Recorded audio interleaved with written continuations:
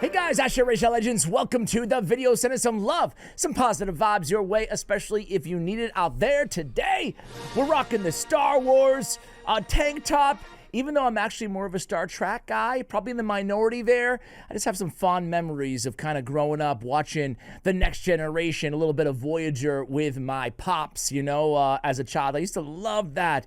Still brings back just hearing those theme songs, some of the nostalgic vibes. Do any of you guys have any kind of comfort TV show like that you kind of put it on from when you were growing up and you just feel good, you know? Sometimes you need that. Maybe in 10 or 20 or 30 years, these freaking Shadow Legends videos will be that for like one person, maybe one, and then my job is complete. Yeah, I need a personal assistant now that I'm a busy celebrity. A guy recognized me on the street yesterday. A homeless guy asked if you were Jesus. He knew who I was.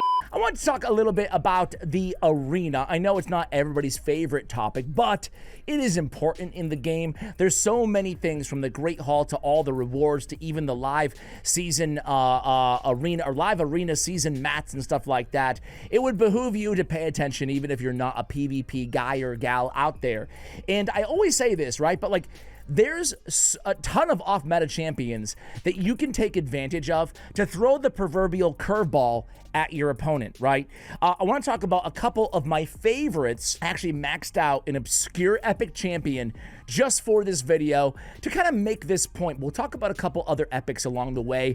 What do you say? It's going to be a good one. So who is this obscure epic? I actually did a video like this for PvE somewhat recently on Wuji. A lot of people really love that video, so I'm going to do it again here. I'm going to do it with an old school demon spawn epic champion named Excruciator. So Excruciator is a champion that I saw a million times in the game, never really gave a second thought to, but man, she's a real beast. But she's incredibly situational, incredibly niche. Just like the Wuji video, I'm not here to tell you, go max out Excruciator. But I'm telling you, you need to keep an eye out for champions like this if you don't have every champion in the game, right? So what does Excruciator do, and why did I max her out for today's video? She's got a 1600 base attack, first of all. I'm trying to look for multipliers. I have them in one tab. Anybody like me, let's have like a billion tabs open all the time. Here she is. Excruciator has a 1600 base attack. That's one of the highest base attacks out of any epic in the game, okay? So that's noteworthy, got my attention. And then check out the A2. Multiplier is a 5.2 godlike damage rating, a 3.5 on her A1 as well. But the best part about it is kind of two-prong, well, three-prong, I guess. Very interesting kit here. Attacks one enemy on the flicker strike A1. Damage increased by 20% when attacking under a veil. Heals his champion by 25% of the damage inflicted when attacking without a veil, okay? The passive, Invisible Predator, kind of like the name, plays a veil on the champion for one turn at the beginning of each round, and then plays a veil buff on this champion for one turn every time they kill an enemy. And then it all comes together with this A2. A simple but very effective kit in the arena. Next Snapper, 3-turn cooldown when booked. Attacks one enemy. Damage increases by 35% when attacking under a veil. While attacking under a veil, enemies killed by this skill cannot be revived. When attacking without a veil, fully depletes the target's turn meter and fills his champion's turn meter equal to the amount the target loses. Really freaking cool. The turn meter decrease cannot be resisted as well, so no accuracy needed. Man, this is kind of a really cool kit. It's super simple. She's not S tier, but it's really cool. It's like synergistic and it's nice. I love the high base attack. I love the block revive because, as we talk about all the time here, everything's revive in this game, right? I mean, I'm not going to go through the list of champions, but, you know, just to name a couple. Odin revives, freaking Marichka revives, Lazarius revives, Nice revives, Siegfried revives. I'm listing off like damage dealers and control champions who are also revivers. Everybody revives, so having that block revive is super, super handy. I like pairing her with like an Embreeze if you have like an Embreeze. That way you can't get rid of the necrosis because you can't revive the enemies. It's really cool, right? So I like looking for epics like this, these obscure epics. Obviously, the king here is, why am I going to barbarians? Like how you didn't come here because you missed me. The king is Fenax, right? Because he's got the block revive on his A1. right? His A1 ability, right? So Fenax with an ally attacker, a Mikage, a Queen of Hearts, a whoever you have, right? Your Fat Man, right? Is not going to do you wrong. Another one is Cardinal, right? We'll be actually playing some Cardinal. I think that Cardinal and Fenax are probably 1 and 2 out of every epic champion in the game for the arena, right? Like, who are your favorite? Who do you think objectively is the best arena epic in the entire game? I think Cardinal, I think Fenax, I don't think Excruciator is a top, 5, but that block revive is super strong. You got to be careful of it, right? I actually think that not enough love is given to Golden Reaper. We give Seeker a lot of love, rightfully so. 30% turn meter boost with the extra turn, super powerful, but Seeker's base speed is very low.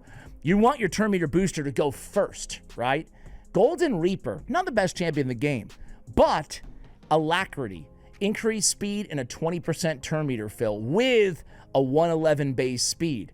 That's really solid. Plus, I love her A1, Harvest of Blood. Nobody talks about this skill, but a 50% chance to decrease the cooldown of a random ally skill by 1 turn. It's a nice little A1 to complement, in my opinion, probably the best turn meter booster. Again, obviously PvE, clan boss situations, definitely giving it to Seeker. But I love the increased speed with that turn meter fill on the fast champion for the arena. So those are probably my top 3, but there's a bunch of honorables. There's a bunch that could be in there. But guys, let me show you the build really quick on Cardinal and on Excruciator, who we're going to play a little bit in the arena in today's video. My main point, though, is consider these off-meta champions, right? Consider some of these curveballs like Cardinal. Cardinal does something. Let's pull her up. Cardinal does something. We've talked about her for ages. But she does something that no mythical does, no legendary does, no other champion in the game has an ability like Redemption in AoE Revive where everybody's guaranteed to go next, right? We see it like on an individual champion like, I don't know, a Beast Mode passive on Brackus the Shifter or something like that, where he's guaranteed to go when he gets revived, but not on an AoE Revive, not like Redemption. So she's super easy to build, in my opinion. We just want 2 turns of Stone Skin, and we want a lot of resist, as much as we can get, right? So resist, some speed, a little bit of survivability, more resist and more resist, right? Let's go ahead and glyph out some resist. Why not? Hey, look at me, guys. I've been doing a very good job saving my speed, my haste glyphs. Does anybody actually call them haste glyphs? I've been actually doing a pretty good job in saving right now, but I have paralysis by analysis on who I want to use my glyphs on right now. I'm like, look at all of those 6 stars. I don't think in the 6 years I've been playing this game, I don't think I've ever had as many speed glyphs as I do right now. Also, since I'm on an epic digression, I want to continue with it just for one moment. And I want to say, I've been a little bit of a curmudgeon here about a few things, a few recent Plarium decisions. But I have to say, dude, this free gear swaps is insane. I love it so much. I mean, I love it. Okay, we get it. Golly. All right, so we just used a 5-star, and now the delay is killing me here. Are you serious? Give it. Okay, a 2. We'll take it. Let's go ahead and use a little resist here. 5. Come on, man. 16. Give me a big fat 14. We'll take it. Okay, let's get a little Ascension here too. Why not? Okay, forget it. I'm not going to keep wasting your time. So again, we built her with a lot of resist. I'm not going to keep glyphing it out. So 815 resist and a little bit of speed. And that's it. Unshakable is a tier 6 mastery. That's our Cardinal build, excuse me. Now, Excruciator, she's interesting. I don't have an awakening on her. I wish I did. It's a shame that champions are so much better. Even like going after a new champion in this game nowadays, you're like, you get excited about them, and then like, even if you get them, right, it's so hard to get a new champion. But when you do, oftentimes, if you're anything like me, you're like, yeah, but when you finally get them, you're like, yeah, but I don't have any awakenings, no soul stones, no empowerment. And then it's like, okay, are they really value over replacement better? You can't say that about a lot of champions anymore. And it's a little bit of a shame, Anyway, I digress. I put her in Stone Skin in Lethal. She has that veil starting out already. So I thought about maybe I don't get so cute here. I don't go with Stone Skin. Maybe I go, something else. But I thought that Stone Skin is still the better way, just in case I don't go first, right? So I put a Malefic Talon on it. On it, excuse me. On her, give me the crit damage, right? A little bit extra chance for bonus damage as well. Again, no blessing. I went with Helm Smasher as a tier 6 mastery option here. Basically an arena nuker build here on the masteries on our Excruciator. Man, has one person out there built Excruciator? I want to hear from you if so. Total stats on Excruciator are going to be 101, 259 crit rate, crit damage, 7,400 on the attack, and a little bit of speed. I do have attack percentage with attack percentage on the boots, so we sacrificed a lot of speed to get that attack up. All right, guys, here we are in the arena. Let's have some fun here. Let's just go down the line. Let's go down the line. Revivers, at least one reviver on this team. I've got a squad ready for you guys. I talked about Embreeze with Excruciator.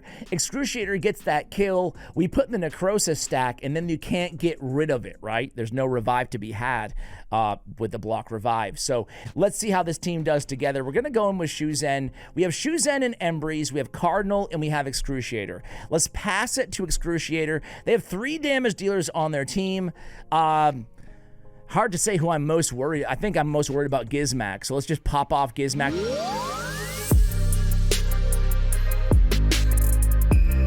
240,000 damage on an HP defense-based damage dealer. That's pretty damn good. All right, cool. We die. It doesn't matter. We have the Cardinal on our team as well. The people that are dying, they die for no reason. Embreeze, let's go in there and let's get that extra turn. Okay, or not. Hey, Inquisitor, can you calm down, bro? There we go. Jeez, Louise. All right, let's switch forms. We might just end it right here, right? Swap HP with who? I don't know. Let's get in there and then just end it. Pretty much. Can we get Excruciator to end it with her A1? I think we can. A1 kill. 70k, not bad. Look at that damage, right? Isn't that a fun little combo, guys? Isn't that a fun little combo? It's, you know what the thing is as I told you guys earlier, with Excruciator, it's really fun, right? It's fun. This is what I enjoy the most in Raid Shadow Legends, honestly, is maxing out and testing out these kind of obscure champions. Now, in this situation, I won't lie, I know we're not going to be able to kill Taurus because I played around with her last night, and Taurus, he's just too tanky with the 50% damage mitigation or whatever. So I want to go ahead and get the easy kill here and just to put the Necrosis stacks on everybody. So I want to go after Arbiter. And we do get the 121k with that shield block damage. And now I have the Necrosis stacks, right? So now I could go in. I want to go in with the Fear. And I want to get that extra turn. I could try to go for the block revive on the A1 of Embreeze. But again, I don't think I can kill Taurus. But you know what? Let's try. Screw it. Let's try, right? Let's try. I think this A1 on the alternate form of Embreeze is just absolutely broken busted. All right, so let's go in and see what we can do. Damn, Iron Man. Yeah, I mean, not much against Taurus, right? Not much. The cool thing is here, 2-turn Stone Skin. Taurus is going to smack me so hard with constant pressure. I thought he was going to kill the whole team. He didn't, but had he, it wouldn't have been that big of a deal. Let's go in there, get a little tiny bit of damage. I wish Taurus would kill one more person really quickly here. Taurus, you want to kill somebody else really quickly? Kind of a tough situation here. I'm actually going to go with the heal, and I'm going to wait 1 turn. I'm going to swap forms with Embreeze. I'm going to go with the, again, extra turn. Extra turn basically to take that Metamorph down a turn, you know, even if I can't land all the debuffs. And then we can get the AoE. Look at all those buffs. Such a strong freaking champion.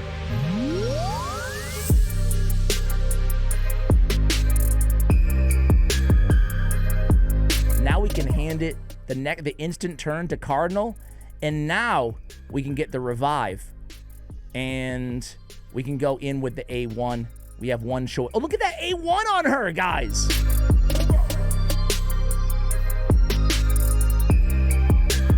That was her A1, 70k on Duchess. Insane. Now we can go in with the A. Dude, I forget, man. I mean, what a busted little squad here, guys. Let's go against this squad. Oh, you got Siffy, you got Star Sage. Cute. Let's see what we can do here. Let's see what we can do. Man, I don't know. I felt like all 4 of these champions got a chance to be highlighted, how amazing they are in that last battle. Check this out, guys.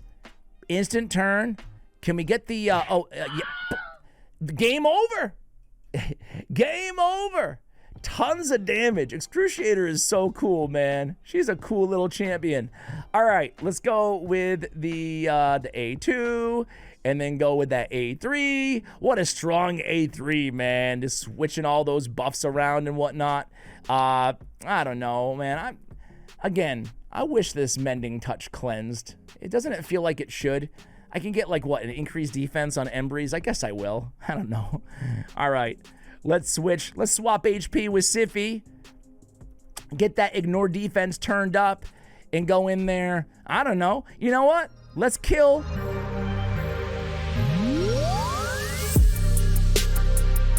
Block revive on Star Sage. What you got, team? I'm blocking all your revives. What a fun little squad. Excruciator. She's really cool. She's a cool champion.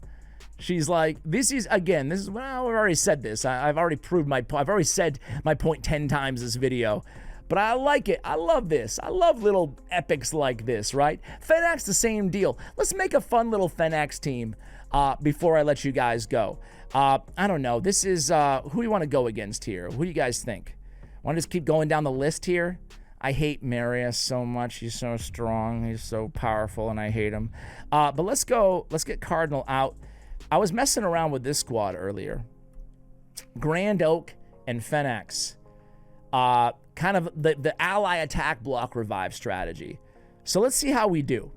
I have no idea how this one will turn out, but I gave Fenax a lot of love earlier. Let's give him a little bit of love before we end this video. What do you guys say?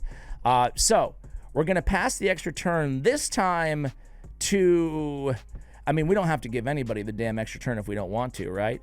The thing is with Shu Zhen, we are depleting the enemy's turn meter, so we don't want to do that to Marius. So we're going to have to give somebody the turn. I kind of want to give it to Fenax. And then I want to go in with that A1 and try to pop off Marius. We don't get it. Kind of a bummer. And I was hoping to go in with Grand Oak and get the ally attack to pop off another one and block revive. Let's try to get revenge against that squad, but let's try somebody else, you know? Do I have gear on Fenax? Golly. I think I do. Okay, let's give it to Embreeze instead, right? Let's give it to Embreeze. Let's go in there. Now we can at least true fear them. We can get the extra turn. I mean, yeah. I mean, what am I talking about? What else am I gonna do? Okay, now we can ally attack. You ever do this, guys?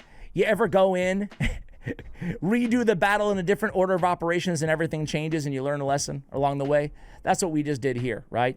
So now we can go in with Fenax. It doesn't even matter. Can we put him down? We can put him down.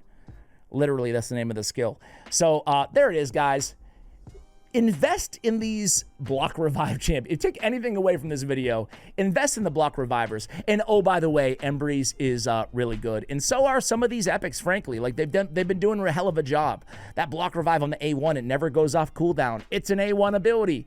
So guys, we're gonna end the video there. Let me know who is your favorite obscure champion in the game. I've been eyeing up Beast Wrestler and Painsmith, so maybe, just maybe, we'll do a follow-up video talking about some obscure rares that you can have success with in the arena. Thanks for watching, and as always, take care, guys.